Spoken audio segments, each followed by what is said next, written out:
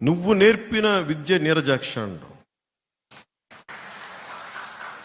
పాపం రాజశేఖర రెడ్డి గారు చాలా కష్టపడి డబ్బులు సంపాదించారు, అన్ని వేల కోట్లు సంపాదించి పాపం ఇద్దరు బిడ్డలకి సమానంగా ఇస్తే ఆ సంపాదన ఇవ్వలేదు చెల్లికి. చాలా బాధ కలిగించే అంశం ఇది. పాపం సాక్షి పేపర్లో వాళ్ళకి రావాల్సిన వాటా ఉంది, ఇవ్వలేదు. భారతీయ సిమెంట్స్లో ఇవ్వాలి వాటాలు, ఇవ్వలేదు. పాపం ఆవిడ ఈ రోజున పడుతున్నాయి. ఎంత నిజం బాధ వేసింది. పాపం మరి ఇవ్వాలి కదా, సొంత చెల్లికి ఇవ్వాలి, ఇవ్వడం.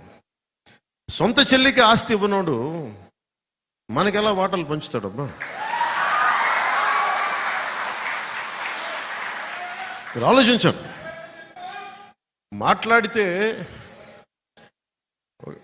మాట్లాడితే భయపెడతా ఉంటారు.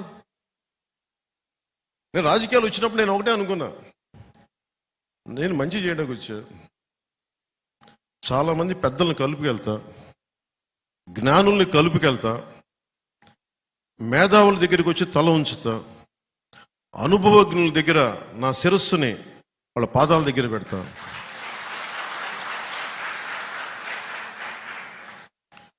ఒక పార్టీని మోసేటప్పుడు పార్టీ కోసం ఎన్ని తిట్లేని తింటా.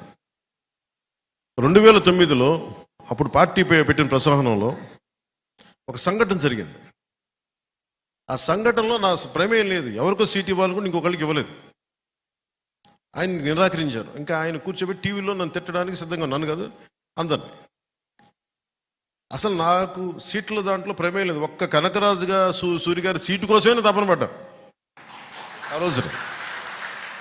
సరే, నాకేం అప్పచెప్పారు, ఆయన ఇట్లా మాట్లాడి ఎందుకు చెప్తున్నానంటే పార్టీని ఎలా వెనకేసుకు రావాలనే ఒక ఈ ఉద్దేశం చెప్తున్నాను. ఆయన దగ్గరికి వెళ్తే నువ్వేం చెప్పారంటే, ఆయన నీకు తెలుసు కదా, నువ్వు వెళ్ళి ఆయన్ని సముదాయించి ఆయన టీవీలో తిట్టకుండా చూడండి. నేను వెళ్ళగానే ఆయన హైదరాబాద్లో ఒక అపార్ట్మెంట్ సముదాయం, అప్పుడు నాకు కొద్ది గొప్ప పేరు ఉంది హీరోగా. ఇంకెళ్ళగానే ఆయన తిట్టడం స్టార్ట్ చేశాడు. తిడతా ఉంటే నేను ఎన్ని తిట్లు తిన్నానంటే నా జీవితంలో తిట్లు ఎవరు తిట్టలు అన్ని బూతులు తిట్టాను. నేను ఇగో చూపించలా, నేను గట్టిగా మాట్లాడచ్చు, నా సంబంధం లేదండి అని అనలా. నా నాయకుడు నాకు పని చెప్పాడు,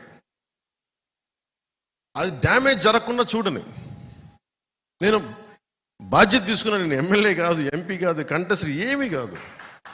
కానీ నేను నా నాయకుడు నమ్మి నా నాయకుడు బాధ్యత తప్పు చెప్తే నేను వెళ్ళి ఆయన ఒకటి చెప్పాను, తప్పు జరిగిందేమో నాకు తెలీదు, ఈ నిర్ణయంలో నా తప్పు లేదు, నా ప్రమేయం లేదు, కానీ వాళ్ళు తీసుకున్న పరిస్థితులు తీసుకున్నారు, అందువల్ల పెద్ద మనసుతోటి మీరు నన్ను క్షమించండి. వాళ్ళందరి తరపున మీ పాదాలు పట్టుకొని భార్యాభర్తలు ఇద్దరికి క్షమాపణలు చెప్పి ఒక 10 నిమిషాలు అలాగే తల ఉంచి కూర్చున్నాను. ఇది ఎందుకు చెప్తానంటే, నేను నాకు బాధ్యతని ఒక సమస్యని పరిష్కరించడానికి తగ్గించడానికి నా శిరస్సు తీసుకెళ్ళి పాదాల దగ్గర పెట్టేస్తాను. ఇది నేను ఇంత నమ్ముతాను, నేను ఎంత త్రికరణ శుద్ధిగా పని చేస్తాను. నేను 2014 నుంచి నేను మోడీ గారితో పక్కనే ఉన్నాను. దక్షిణ భారతం నుంచి ఒక్కళ్ళు రాలేదు బయటికి. చాలాసార్లు ఢిల్లీలో కూడా అనేక సందర్భాలు చెప్పాను, నాకు బీజేపీలో ఒక్కళ్ళే తెలుసు, నాకు మోదీ గారు తెలుసు, ఇంకెవరు తెలియదు. మొదట్లో నాకు మొట్టమొదటిగా తెలిసిన నాయకులు బీజేపీలో మోదీ గారు తప్ప నాకు మిగతా వాళ్ళు ఎవరు తెలియదు. నాకు అప్పుడు చెప్పాను, నేను ఏ రోజు కూడా ప్రధానమంత్రి గారు కాకముందు వచ్చినవాడిని. ఆయన భవిష్యత్తు ధృవతార ఆయన భారతదేశానికి, అది గుర్తించి వచ్చినవాడిని. నేను ఆయన్ని వెంట నడుస్తాను. ఆ రోజు దక్షిణ భారతంలో మొట్టమొదటిగా వచ్చింది నేనే. నేను బయటికి వస్తే నన్ను ఎన్ని రకాలుగా వెటకారాలు తిట్లు తిట్టారు. నన్ను ఛాందసవాద అన్నారు, మతవాద అన్నారు. ఈ రోజున దేశం అంతా నిరాజనాలు పలుకుతూ ఉంటే ఇప్పుడు అందరూ కామ్గా కూర్చున్నారు. అంటే నేను ఎప్పుడు రిస్కులు తీసుకున్నాను, అది నేను చెప్పేది. అంటే నేను ఒక నాయకుడిని నమ్మితే నేను చాలా చిత్తశుద్ధిగా నమ్మేస్తాను. సో అందుకని పార్టీని నడపడం అంటే శాసించడం కాదు, కలుపుకొని తీసుకెళ్ళడం, అందరినీ తగ్గడం, ఆధిపత్యం చెలాయించడం కాదు. పదవి అనేది ఆధిపత్యం చెలాయించడానికి కాదు, అందరినీ సముదాయపరచడానికి. కలిపి మెలిపి తీసుకెళ్ళడానికి, అందరం కలిసి ఒక ఉమ్మడి లక్ష్యాన్ని సాధించడానికి.